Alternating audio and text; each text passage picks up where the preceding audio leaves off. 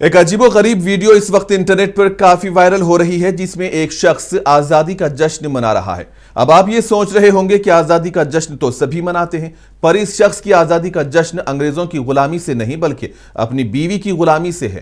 نوجوان نے حال ہی میں اپنی بیوی کو طلاق دی ہے۔ نوجوان کے مطابق اسے کافی پریشانیوں سے نجات ملی اور اس کا جشن اور پوتر اسنان کے لیے وہ دودھ سے نہا کر سب کو حیران کر رہا ہے۔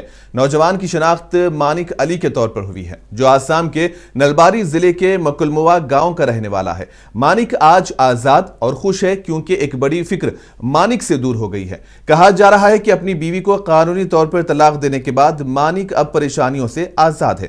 مانک کی بیوی 2 بار اپنے عاشق کے ساتھ بھاگ چکی تھی، اسی لیے مانک نے قانونی طور پر اپنی بیوی کو طلاق دے دی اور اسی لیے وہ 4 بالٹیوں میں تقریباً 40 لیٹر دودھ ڈال کر نہاتے ہوئے نظر آیا۔